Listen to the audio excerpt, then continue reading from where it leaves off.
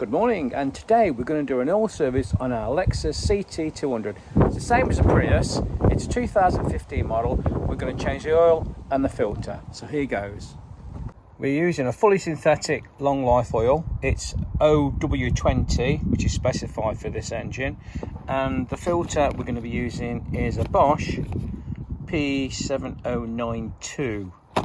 That's the engine. It's immaculate condition. It's only 55,000 miles. We've had it a year, so now it's time to change. Although we've done about 4,000 miles, we're going to change it anyway. So here we go. Next job, get it as high as you can so you can get underneath to take off the inspection cover. We're underneath now, so the cover you're looking for on the front driver's side is that there. I've loosened one of the bolts off to make sure that you've got a series of 10mm bolts. Take it off and you can see the oil drain plug, sump plug and the filter. Take these off.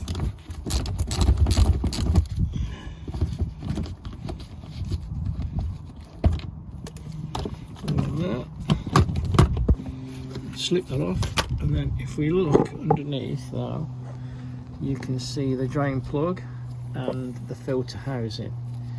So we're going to drain the oil out first, and then we're going to take the cover off for the filter. So it's a 14mm. I think it's a 14mm. I'll check afterwards, but oh, that weren't very tight. So let's see if we can get it all in the tray this time. I've never done it yet. It always goes flying somewhere else. Here we go. Oh, it's quite black. Ah, there we go. Not too bad. You need a new washer for that, for the drain plug. Oh, the wind's getting up and it starts to spray. Oh no. Got every single time. I need a massive, great, wide as the car, drip tray. So we'll let that drip off and then we'll take the filter cover off. Now Lexus used this very funny, weird shaped cartridge removal tool. You can call it that. It's none of my kit. I got a kit of loads of them, but none of them fit quite. So I have to buy this special one, which is the same for most Toyotas and Lexus. So it fits snugly. And let's get this filter out then. It shouldn't be tight really. Oh, it's getting windy. Oh, there. It says, and it is. There we go. It's going. Yeah, there we go.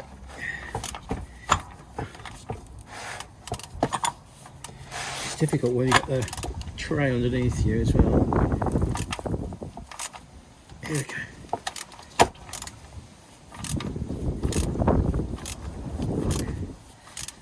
Oh, it's coming. I see this one's been marked, which is nice. To show it's been changed. Oh, come on, let's get the drip tray underneath again so it doesn't go everywhere.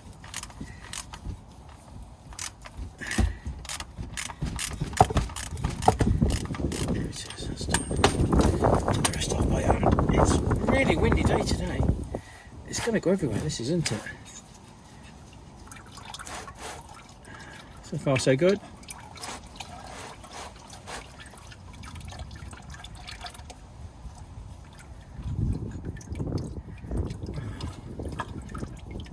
Okay,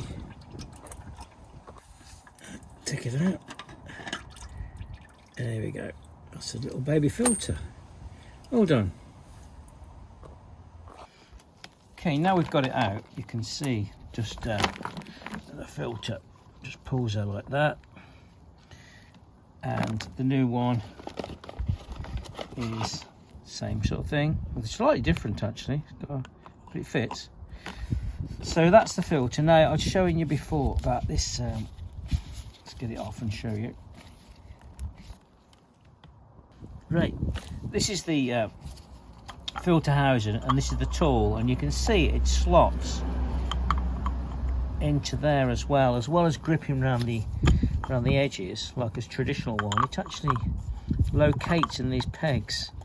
Mine's quite tight because it's brand new, but you can locate there and those through there, so you don't put all much stress on the castellated part. It helps on those ribs. So anyway, it's a good tight fit. So there we go. So now what we're going to do, we're going to take this O-ring off, because we've got a new O-ring in the kit, and replace that. So get yourself a little screwdriver and just put it underneath and just flip the O-ring off like so. Get a new one out of the box and slip that over on the bottom groove. That's it, that's done. Lubricate it as well with some oil, new or old oil, doesn't matter. And that's ready to go back on now. Just put the filter back in, it doesn't matter which way it goes. Plonks in there, spring loaded. And we'll stick that back on. And we'll just give that a little bit of a wipe over, make it look nice, and then fit the filter straight in.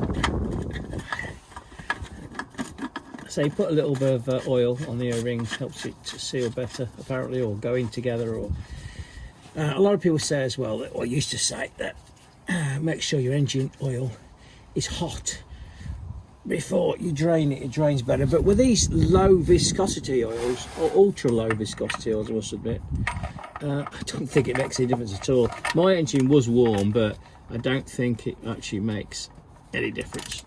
Just make sure you've got a bit of a slope like this, so it will drain off easier. And just finish tighten that up. I'll find out the torque for this as well before I finish, but normally I just nick them up.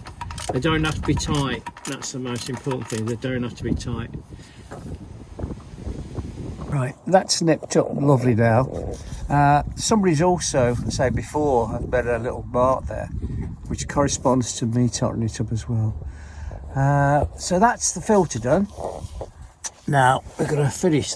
We put the nut back on there, the drain bolt, because it gets dripping. So I'm going to, if there's any left in there now, I'm going to take that out and see if there's any more to drain off before we put a new washer on. Hardly any, just a dribble. We'll let it dribble off, get rid of it all, and then we can put a new washer on there. Take the old one off, which is just there, look, it's stuck. So we need to put a little screwdriver under that, I think. It's stuck very solid. Yes, that is stuck. Right, let's get a little screwdriver. Oh, there's it, got the washer off. There's a funny little things, these are. They're like a mixture of aluminium and fibre. Just got to change that. These are the washers. I went on eBay and bought 10 for about £2.20 or something thereabouts, because I got a Lexus as well, so we use them quite often. It's at that price, it's just change them every time. It's so much easier. Brand new washer on. Let's put that into there. Again, this hasn't got to be very tight, but I'll find the torques out in a minute. If I put one on, yeah, that's it, that's perfect. Not very tight at all. Before I finish off, I like to put a bit of brake cleaner, wash a bit of excess oil down, make it look nice, and then get a little bit of paint when it's dry, that is, when that's dry, just to mark it. Just, it looks like we've done a proper job.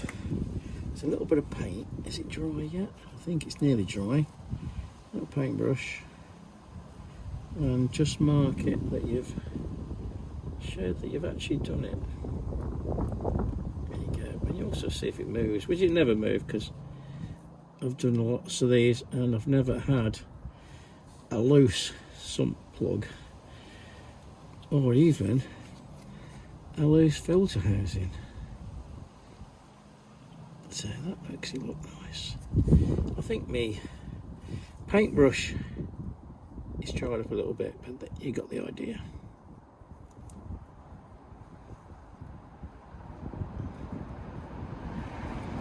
Yeah, okay, that's it, that'll do. So what we have to do now is put the engine oil in, start it up, come back underneath and make sure there's no leaks. There won't be any leaks, but we will check before we put the cover back on. So I'll take it off, somewhere safe, nice and clean funnel. So we're using 1020 oil, fully synthetic.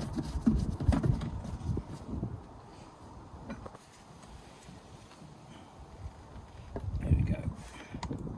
Oh, don't spill any, Jeff, you fool. Ah! Okay, it may have looked like I spilt a little bit earlier, but I didn't. It was a trick of the video, I think. It looked like. No, didn't spill a drop. So here we go. I'm going to put 5 litres in for a start, and we're going to check it.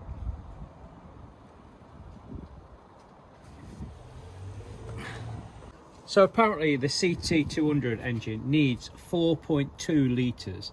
I've just put just about 4 litres in now. So what I'm going to do now, I'm going to start it up, check for leaks. If no leaks, lower it down, get it level, and then check the oil level when it's cooled down. So that's what I'm going to do now.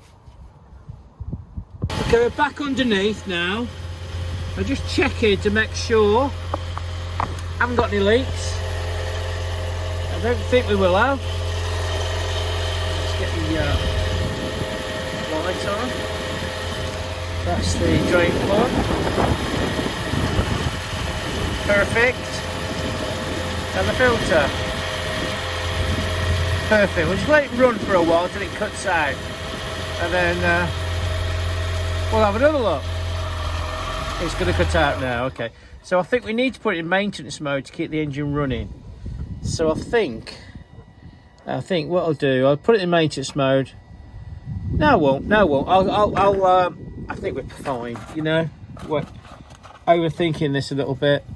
I think we're fine. I'm going to just check it now, and then I'm going to put the cover back on, roll it down, and check the levels of the oil in the engine, and that should be finished.